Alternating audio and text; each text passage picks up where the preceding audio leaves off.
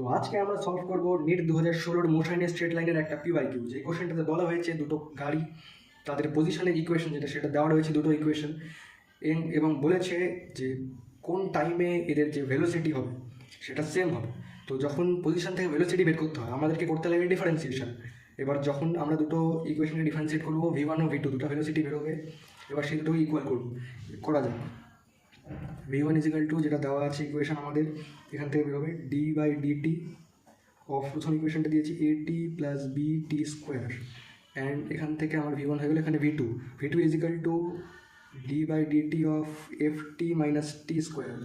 এবার এই দুটো ডিফারেন্সিয়েট যখনই করবো তখন আমাদের এসে যাবে হলো, প্রথমটাতে আসবে A প্লাস 2BT এবং দ্বিতীয়টাতে আসবে আমার F মাইনাস 2T।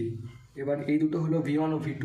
এবার এদেরকে যখন ইকুয়াল করবো, যেহেতু এখানে টি আছে সেই টাইমটা আমাদের এখানে বেরিয়ে যাবে, সো ইকুয়াল করা যাক A plus 2BT is equal to F minus 2T। এবার এখান থেকে টি এর ভ্যালু বের করতে গেলে 2Tকে আমাকে এদিকে নিতে হবে, 2BT plus 2T is equal to F minus A। So এখানে 4 নম্বর অপশানটা হবে, কারণ F মাইনাস A এদিকে অলরেডি উপরে চলে এসেছে, তাও করে দিচ্ছি এটাকে। এখান থেকে 2T যদি কমন নিই তাহলে আমার হয়ে যাবে B plus 1 is equal to F minus A।